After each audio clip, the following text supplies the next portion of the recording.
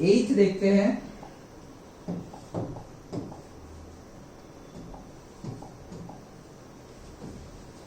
एथ numerical, find the values of x, x की value find करो for which f of x is increasing function. f of x, f of x, f of x, f of x is equals to y is equals to x minus 2 to the whole का square. ऐसा ही है, x minus 2 to the whole का square. ये increasing ही है भाई, पहले से ही बोला है इंक्रीजिंग फंक्शन है, और x की वैल्यू फाइंड करनी है, ठीक है। ये सही लिखा है, x इंटू एक्स माइनस 2 और सबका होल स्क्वायर, सबका होल स्क्वायर। ओके, सो y डैश निकाल लेते हैं। पहले तो मल्टीप्लाई कर लो, y डैश बाद में निकालो। y इज इक्वल टू क्या है, x अंदर जाएगा तो x का स्क्वायर माइनस 2x, x का square minus 2x to the whole का स्क्वायर। ओके, y डैश, तो y डैश अब निकालो, x का स्क्वायर क्या हो जाएगा 2x, और x का करो तो x स्क्वायर का 2x, और इसका x का 1 मतलब माइनस 2। डन। तो y डैश क्या आया मेरा, 2 2 जा minus 4, x square minus 2x into 2x। Done. Okay, क्या करना है मुझे, ये इंक्रीजिंग फंक्शन बोला गया है, ये क्या बोला गया है, it is given increasing function. Yes, तो अगर ये इंक्रीजिंग फंक्शन है सो मैं बोल दूंगा कि इट इज ग्रेटर देन 0। कहाँ लिखा है, हाँ ये रहा, इंक्रीजिंग फंक्शन है, सो मैं बोल दूंगा कि this is greater than 0। Done. अब ध्यान से देखो, अगर ये ग्रेटर देन 0 है, अगर ये ग्रेटर देन 0 है तो ये -4 की तो कोई बात ही नहीं हुई, ग्रेटर देन 0 है, माइनस क्यों लिखा है, गिवन ही है हमें। ओके, सो होगा क्या कि अगर इसको और आगे भेज दो तो 2 यहां आ गया तो -8। ओके, और फिर -8 है, फिर x है, और इसमें से भी x एक निकाल दो तो x स्क्वायर हो गया, तो अंदर क्या बचा, x माइनस 2, इतना ही बचा। ये 2 4 से 8 कर दिया, -8, ये x जो था वो है, और इन दोनों में से भी x कॉमन निकाला तो वो x, और ये कॉमन वाला x स्क्वायर हो गया, यहाँ से x निकाला तो एक x बचा है, x निकाला तो -2 बचा है। दिस इज ग्रेटर देन 0, क्योंकि गिवन है।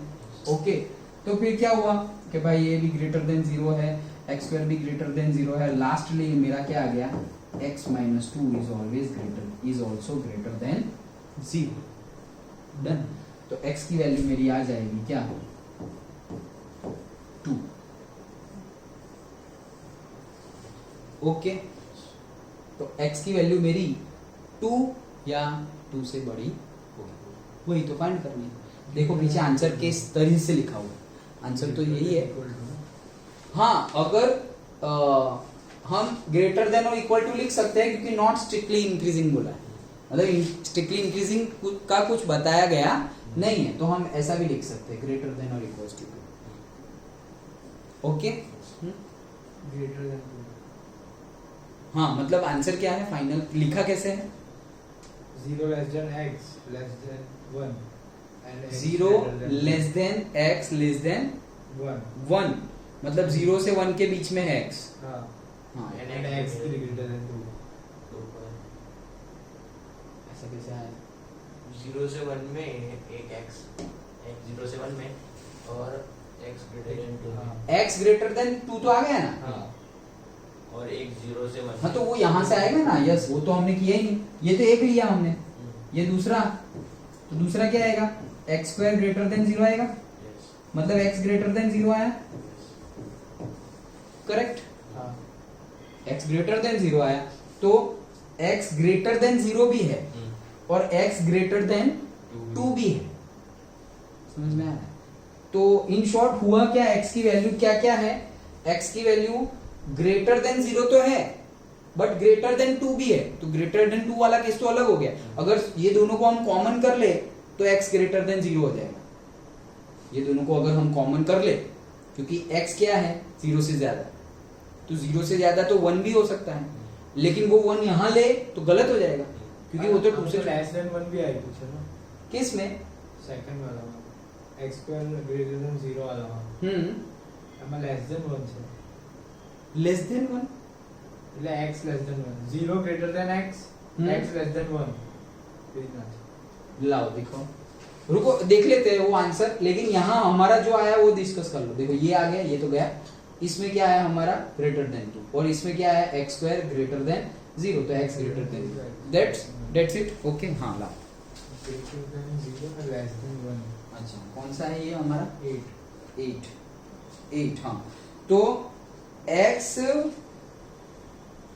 की एक वैल्यू है हमारी, यहां से हमने जो कैलकुलेट की उसकी एक वैल्यू है क्या x ग्रेटर देन 2, और दूसरी वैल्यू है हमारी x ग्रेटर देन 0, तो उसको अलग अलग लिखनी पड़ेगी हमें, क्योंकि x की वैल्यू क्या क्या हो सकती है।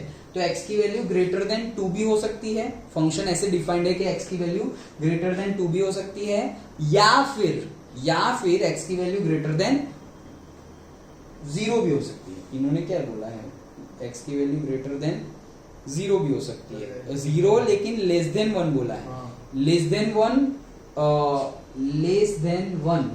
1 क्यों बोला है, क्योंकि अगर 1 लिखेंगे x की वैल्यू 2 से बड़ी, वो तो हो गया, और x square is greater than 0, तो x नहीं, तो वॉट एवर, हम यही दो आंसर लिखेंगे। कौन कौन सा, ये 0 से, क्योंकि ग्रेटर देन 1 से छोटी होगी ऐसा हम कैसे बोले, सर 3 वैल्यू चाहिए ना, क्यों? x क्यूब है ना पावर, कहाँ है, x स्क्वायर माइनस 2x और इंटू 2x है, हाँ पावर 2 मल्टीप्लाई हो गया तो क्यूब आएगा, क्यूब मतलब नहीं। 3 वैल्यू आनी चाहिए ना क्वाड्रेट x की, हाँ तो 3 वैल्यू आई ना, ये 2 वैल्यू है, ये स्क्वायर वाली है ना, माइनस हो जाएगा सर इसलिए। प्लस माइनस नहीं, लेकिन x की जो एक वैल्यू होगी वो भी ग्रेटर देन 0 होगी, x की जो दूसरी वैल्यू होगी वो भी ग्रेटर देन 0 होगी, वैसे 2 वैल्यू आएगी, जैसे कि x क्यूब की वैल्यू आ जाए मेरी क्या 1, ओके, तो हम बोलेंगे कि 3 वैल्यू आएगी, लेकिन 3 वैल्यू नहीं आएगी, वो एक ही वैल्यू है, एक, ओके, लेकिन अलग अलग वे में आएगी, ओके, जैसे x स्क्वायर करेंगे तो हम प्लस और माइनस ले सकते हैं, अंडरस्टूड। तो हम फाइनल आंसर क्या लिखेंगे, हमारा इसको हमने कंपेयर किया x minus 2 is greater than 0, तो उसके लिए आ गया हमारा x ग्रेटर देन 2, और दूसरी वैल्यू x स्क्वायर को हमने ग्रेटर देन 0 लिखा, तो हमारा आ गया x ग्रेटर देन 0।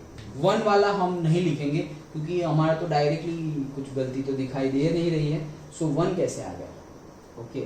अगर हमने यहाँ पे मल्टीप्लाई किया तो क्यूब हो जाएगा, नहीं तो फिर नहीं, हम ये दो ही वैल्यू पुट करेंगे, अंडरस्टूड, ओके। सो x ग्रेटर देन 0 वाली एक वैल्यू आएगी, लेकिन देखो ये दोनों को कंबाइन मत कर देना, कंबाइन हम ऐसे भी कर भी नहीं सकते, क्यों, x ग्रेटर देन 0, अगर मैंने 1 ले लिया तो इसको सेटिस्फाई हो रहा है, लेकिन यहाँ सेटिस्फाई नहीं हो रहा है, क्योंकि 1 तो ग्रेटर देन 2 नहीं है, तो 1 सिर्फ यही सेटिस्फाई हो रहा है। अगर मैंने यहाँ पे कुछ लिया, सपोज 3 ले लिया, तो 3 ग्रेटर देन 2 है, करेक्ट, तो 3 तो ग्रेटर देन 0 भी है, वो भी करेक्ट है, तो यहाँ कुछ सेटिस्फाई करो, पहले इसको सेटिस्फाई करो तो ये ऑलरेडी सेटिस्फाई हो जाएगा, लेकिन पहले अगर इसको सेटिस्फाई करो, ये सेटिस्फाई हो भी या ना भी हो। यहाँ अगर मैंने 1 ले लिया तो ये तो सेटिस्फाई हो रहा है, ये सेटिस्फाई नहीं हो रहा, लेकिन यहाँ पे मैंने 10 ले लिया तो ये दोनों सेटिस्फाई हो गए, तो depending upon what values you are choosing the answer will be correct. तो इसीलिए हम बीच में एंड लिख देंगे कि x की वैल्यू क्या क्या मिली, x greater than 2 and x greater than 0, या तो ये हो सकता है या तो ये हो सकता है, एंड है, ओके, ये होगा एंड ये होगा, मतलब ये भी कोई वैल्यू होगी एंड ये भी कोई वैल्यू होगी, ऐसे, अंडरस्टूड, ओके। और हमें स्ट्रिक्टली भी नहीं बोला है, हमें ऐसा भी नहीं बोला है कि स्ट्रिक्टली इंक्रीजिंग है, तो स्ट्रिक्टली इंक्रीजिंग ना भी हो तो हम ऐसा भी ले सकते हैं क्या, ग्रेटर देन और इक्वल्स टू 0, अगर ग्रेटर देन